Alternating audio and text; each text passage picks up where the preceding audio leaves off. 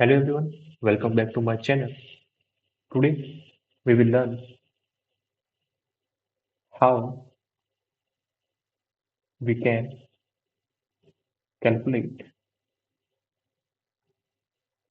the total external force acting on a body. Okay, so let's revise what we have learned in our last video. So we have seen that the if some situations like if something is looks stationary, it doesn't mean that there is no force acting on it, but the force on that body acting such a way that the body, the external force is equals to zero. Okay, the vector addition of forces are zero. So we have a scene of the this example resting a book, and in that we have discussed the what is the reactant normal reactant force and the weight, and are they a Newton's third law pair or not? And we have seen that they are not because they are acting on the same body. In the third law, we have seen the action and reaction force are on the different objects. Okay, so in order to get these pairs, we have a do we have a two pairs in that case. First one is the table pushes upward direction in the downward direction. The book is pushes this table on the downward direction. At the same time, the table also giving some force on that book on the opposite direction. And the same pair two about the gravity. Okay. And then we have discussed the friction topic. And in that, we have take a two condition that what is if we pulling force is greater than F friction force, and what if they are same. Okay. And then the same analogy we use in the fluids. Okay, in this case, we have a viscosity and a drag, and we have discussed all three cases. Then we have understood the concept named terminal velocity. If the body experiences zero force at that time, the body moves with the v as a constant, means constant velocity. Okay. Then we have discussed the one more thing factor which is in the viscous medium, which is upthrust or buoyancy force. Okay, and the equation of balance we have seen the weight is equal to upthrust plus viscous force. Now, the main topic of this video is how we can draw a force diagram. Okay, so in order to solve that which forces are acting on this any body, okay, and how we uh, calculate the acceleration of this situation or on that body. So let's learn. So for that, we need to understand first what is free body diagrams. So how do we solve complex problems? We strip away the noise of free body diagram, details, object from reality, leaving only the known and the unknown forces. So I have taken one example over here, which is lawnmower problem. So says a person, let's say pulling a 18 kilogram lawnmower at a constant speed with 18 Newton force along 40-degree handle. So here I show a picture, and then it is like this. And if you want to draw the free body diagram, it is look like this. Okay, so first you need to understand which force is acting on it. Okay, so forces are vectors, you all know. So when the force act at an angle, we must resolve it into a right angles components to find the acceleration.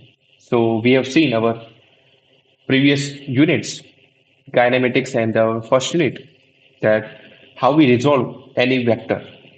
So consider the scenario like pulling a 5 kg box with 25 Newton of force at an 20-degree angle against the 20 Newton of friction. So let's suppose consider this box. This is a 3D diagram. Here I draw a 2D diagram. Let's suppose pulling is in this direction. So it is not in X or Y. Let me first define the coordinate axis. This is the X direction, this is the Y direction. Okay. So if you pull in this direction, so you have a component of this pulling is in this direction or and in this direction as well. All you know that the friction is always opposes the relative motion. So friction is always opposite to the pulling or which we have applied the force. Means this is the frictional force which is have given 20 Newton. And they given a 50 Newton force of at 20-degree angle. Means this with the horizontal. Okay, this is 20 degree. And this is the 25 Newton magnitude. So first we need to find that what is the vertical component and what is the horizontal component. Okay, but if you find that vertical component, it doesn't use here. Why? Because we have a friction here. So we need horizontal component only. So we know this is a theta, and let's just suppose this is the A vector. So the what is the resolution of this horizontal component means A cos theta. So we know the magnitude of this vector, which is 25. Here I write 25 cos, and this theta. Theta means 20 degree. Here they given us. Okay. This is the value of the force, horizontal component, forward pull. Okay. So in the second step, we need to calculate the what is the resultant force because this force has a magnitude 23.5 Newton in this direction. But we have a same at the same time we have a frictional force, but in the opposite direction. So what is the resultant force acting on this body? For that, we need to subtract these two forces, okay? And you get resultant force about 3.5 Newton. This is the net force, and which is pulling this direction in this direction. Okay, let's suppose this is in x direction according to our coordinate system. Now we need to find what is the acceleration over here. So first we find what is the fractional, which is 3.5 Newton. Okay, and we know the second of Newton. It is gives the formula F is equal to m into a. They given a mass of which is 5 kilogram, and we need to find a. So make a subject a, then m moves to the other side, and it gives a is equal to f upon m, and the result one is 0.7 meter per second square. So if you consider here only this force, you cannot get the right answer because the friction is given to us. and friction is opposite to this direction. So we must subtract it. Okay. Let's suppose if some force is in this direction, let's suppose FA, and the same force, some other force is in the same direction. Let's suppose it is FP. So in this body, let's suppose the body name as mass of m, and if you need to find that what is the acceleration over here due to these forces, so first you need to find what is the external force acting on this body. Here we have two forces acting on this body, but in the same direction. So we have to just add it. Here, in this case, we have two forces, but in the opposite direction. That's why we have a subtractive. Okay. So your concept of this resolution of forces, how we calculate the forces, I think it is covered. Okay. Now we know the momentum. Okay. Momentum is given by m into v, mass of the object and the velocity of the object. It is a product of these two quantities. So let us say this thing. And if you take two examples over here, two vastly different objects can pack the exact same punch. What does it mean? Let's suppose take some heavy truck, okay? It has some mass, like let's suppose it is M1 mass, and take some other like proton, neutron, but we take some tiny particles. Let's suppose the M2 is very so small compared to this M1. So let's suppose we can say it is the case like this. Okay. Now, in order to take this both has momentum same, that means P1 is equal to P2. We need this condition. For that, what we need, the velocity of this truck of this body should be minimum. Okay. At the same time, we need a large amount of velocity of this body.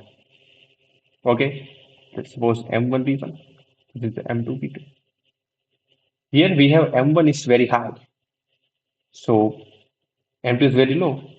In order to balance this equation, we need V1 should be low because M1 is very high. Okay. And M2 is like very small. So in order to same equate this equation, we need larger amount of V2. That's why I convince here. Okay. So if no action result force act on a system of particles, it is an isolated system and its total momentum remains constant. This is the kind of a conservation of momentum concept. So we will discuss in our next slide. As I mentioned, that whenever there is an isolated system,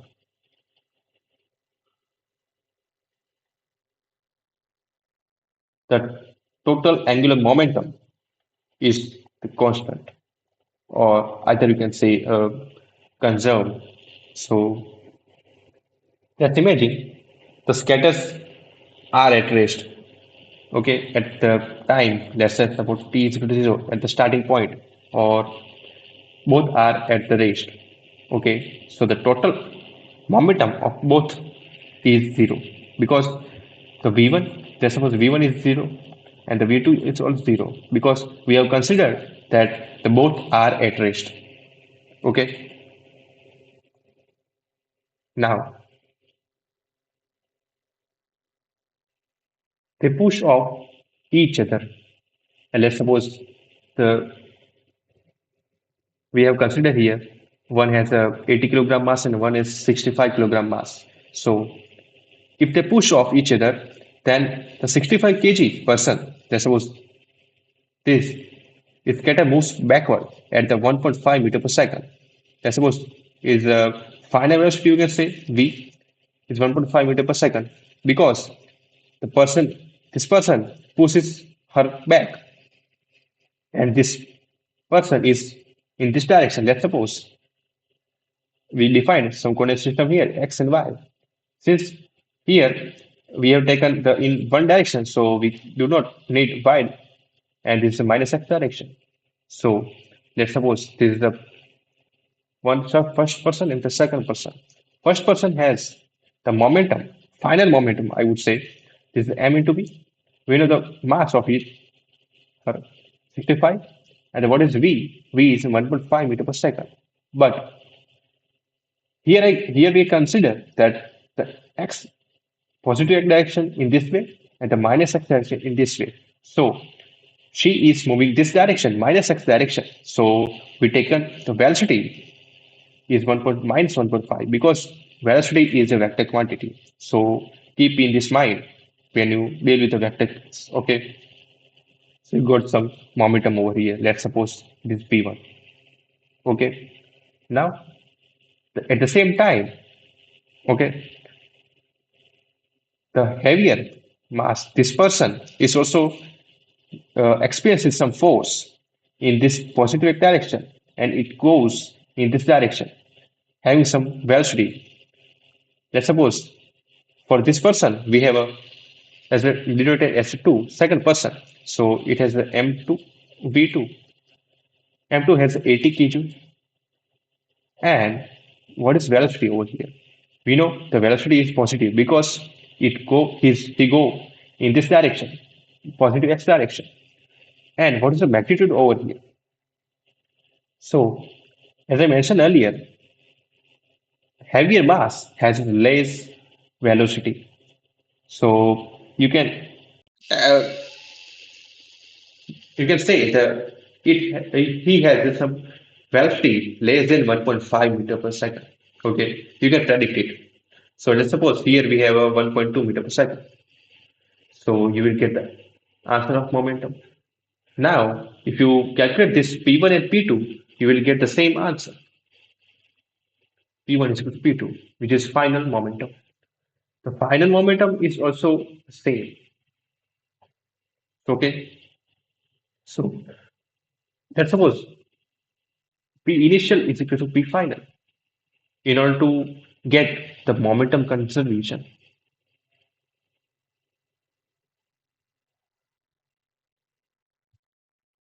so we need to satisfy this condition as well. So initial we both are at rest. The final momentum is the same magnitude. Let's suppose this is P1, but and if you take as a negative, okay, and in this direction, the person goes in the positive direction, and this is for the lady, okay. But here the value of P1 and P2 is same.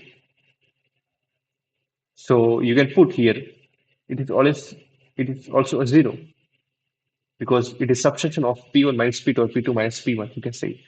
So here we have established this P initial is equal to P final, means initial momentum of this small system. You can say this is the system. You can consider it as the system. Initial momentum of this system is zero, and the final momentum is zero. That means P initial is equal to P final. The momentum is conserved. So in this particular case, we have a momentum of initial is zero and the P final is zero.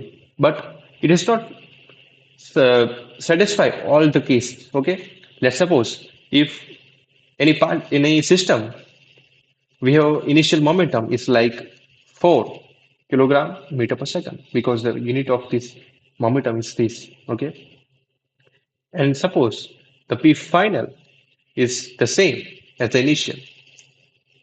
In this case, we can also say that the momentum is conserved. So keep in mind the magnitude is should be same. Okay, it either be zero or any non-zero quantity. Now we have seen the momentum conservation. So this is give how we calculate the formula and how we reach to that. So whenever you see the collisions problem, okay, you have seen a lot of collision problems in this unit.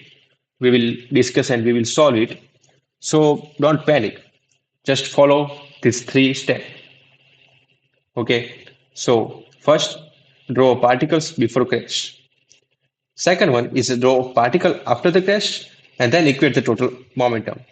We know in every collisions, the momentum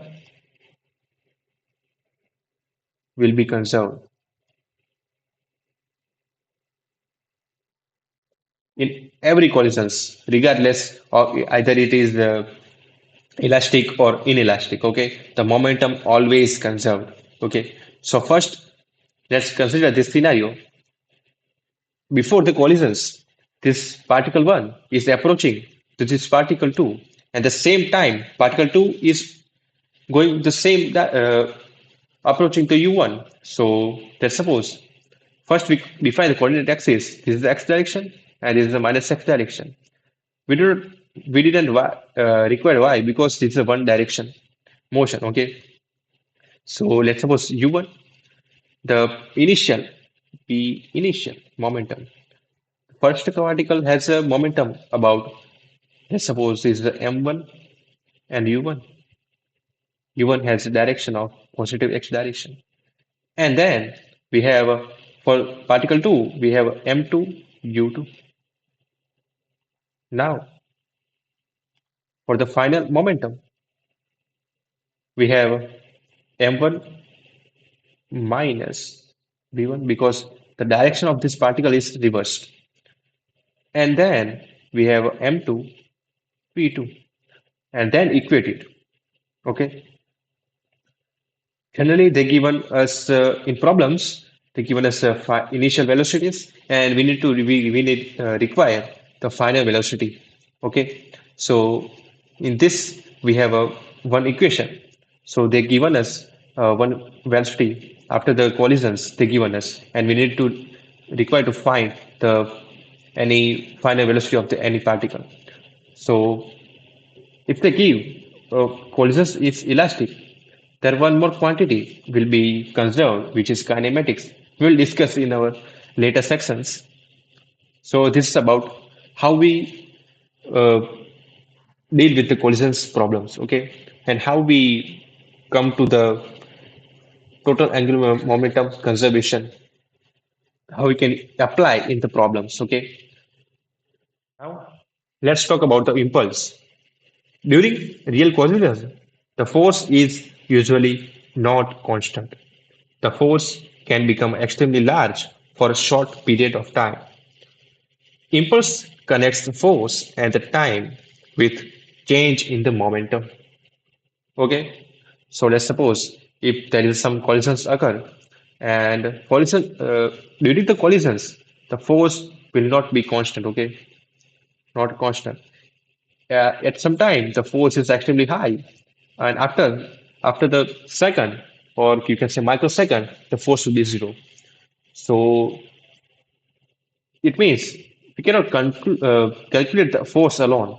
Okay, and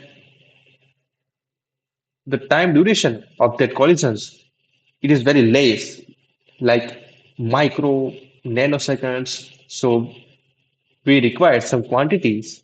It relates with f as well as delta t, and we can easily calculate it. Okay, so our two approaches, force which is not constant, so we cannot find easily, at the delta t which is very small, or we cannot easily calculate, so we need required the impulse. Okay, so what's impulse? Impulse is the f into delta t, just multiply by two quantities, and it gives us the change in momentum. Change in momentum is called of impulse. So delta p is equal to f delta t. This is the formula of the impulse we can use in our problems. Okay, so keep in your mind and remember this formula. So here I discuss one problem over here, that look at the tennis example. Where, okay, and suppose tennis ball is moving at the around 55 meter per second. Okay, and the mass of the components is 60-gram ball. The mass is moving. Sorry, The ball is moving with 55 meters per second and mass of the ball is 60 grams. Okay. So during the collisions with a racket, the contact time is very less. Okay. Very short, I would say. Even though the time is only a fraction of a second, the momentum of the ball changes significantly because F is not very small. F is very large during the time interval is very short. Okay, so the average force during the collision can be quite large. That's why the sport equipment is designed carefully. So if you want to decrease the force, okay, if you want to decrease the force, you need to require the delta t should be high. Why? Because the formula will be like this. So F should be decreasing. You need to require delta T means contact time should be high. Okay. I hope you're getting my point. So if you want to decrease force, you have to increase contact time over which force acts. So this is very important principle, okay? And this principle actually used in many real life situations. So let's take example. So you may have seen that the car has airbags, okay? So airbags increases the time over which a passenger's momentum changes. So when there is a collision of the car, so the airbags doing the same job of the increasing of the time. So you will get minimum, you will experience minimum force, okay, and you can say you will get less injuries during the collisions, crashes of the car. And the second one is the grapple zone. You're seeing that like this is the vehicle of your vehicle and this is the kind of engine part and this is the backward part. So this is known as the crumple zone. It is also a responsible factor to increase the delta T when it come to the collisions. Okay, and another uh, use is a helmet. Helmet help us reduce the force experiencing during the impact of the crashes. Okay, so the impulse is not just a mathematical formula; it has enormous practical importance. So it is very important for you. And when you deal some problems, solve some exercise, it is very important. Now let's summarize what we have learned in this lesson. First, we have learned the rules, means Newton's laws. Okay. Then we have applied these rules in some kind of body or system. And in this system, we have applied some forces to create impulse. Okay. And then this impulse, it results into the change in momentum. So it drives a change in momentum. Okay. And momentum is always conserved in the isolated system.